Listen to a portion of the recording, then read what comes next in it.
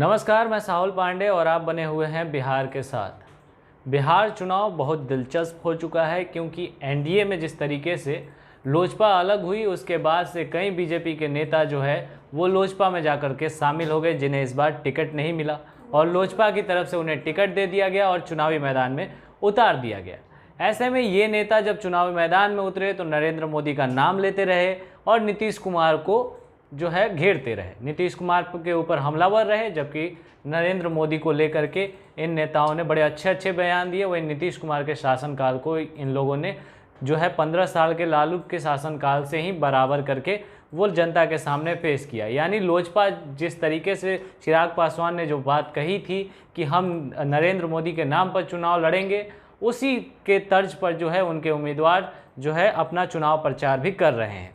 ऐसे में अब लग रहा है कि बीजेपी को ये बात रास नहीं आ रही है और कहीं ना कहीं बीजेपी को लग रहा है कि अब उससे इससे घाटा होगा, तो उन्होंने अब जो है अपने ये इन बागी नेताओं पर जो है कार्रवाई की है और करीब करीब जो है 9 बागी नेताओं पर जो है कार्रवाई हुई है और इनको जो है पार्टी से निष्कासित कर दिया गया है। इसमें जो नाम है आपको बता दें कि राजेंद्र सिंह है रोहतास से, रामेश्वर चौरसिया है रोहतास से, उषा विद्यार्थी हैं, इसके अलावा रविंद्र यादव हैं झाझा से, श्वेता सिंह हैं भोजपुर से, इंदु कश्यप हैं जो कि जहानाबाद से हैं और अनिल कुमार हैं पटना ग्रामीण क्षेत्र से, मृणाल शेखर हैं, अजय प्रताप हैं जमुई से। इन उम्मीदवारों को जो है निष्कासित कर दिया है बीजेपी ने।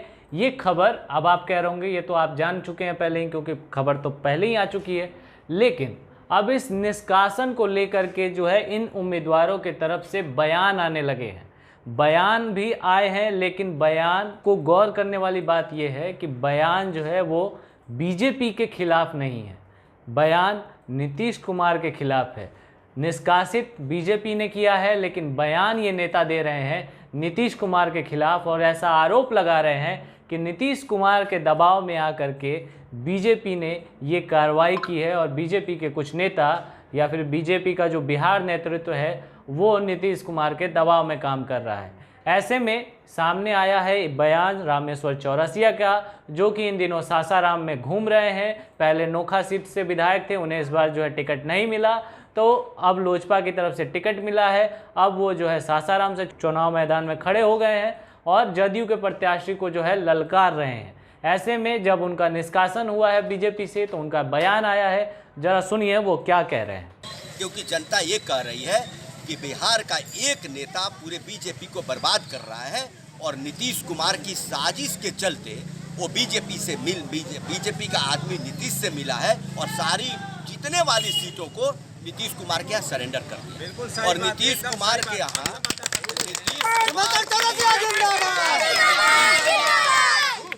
नीतीश कुमार की इमेज इतनी डाउन है कि आप गाँव में जा करके देख लीजिए।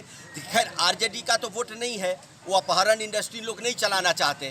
जो अपहरण का राज चलता था, सासाराम के लोग जो रंगदारी से परेशान थे, देते थे हर दुकान वाले या किसी को बोलते नहीं थे, वो इनको नहीं चाहिए। इनको एक मौका मिला है कि साफ सुथरी छवि का एक व्यक्ति आया है। और जहाँ तक जेडीयू का सवाल है, मैं आपको बताऊँ, मुझे तो पता ही नहीं चलता वो कैंडिडेट घूमेगा कैसे गाँव में। वो जाति के नाम पर घूम रहे हैं, उस जाति के लोग भी उनका विरोध कर रहे हैं। मैं उस गाँव में जाता हूँ तो ये जात पात और मजहब की राजनीति करने वाले सब ध्वस्त हो चुके हैं।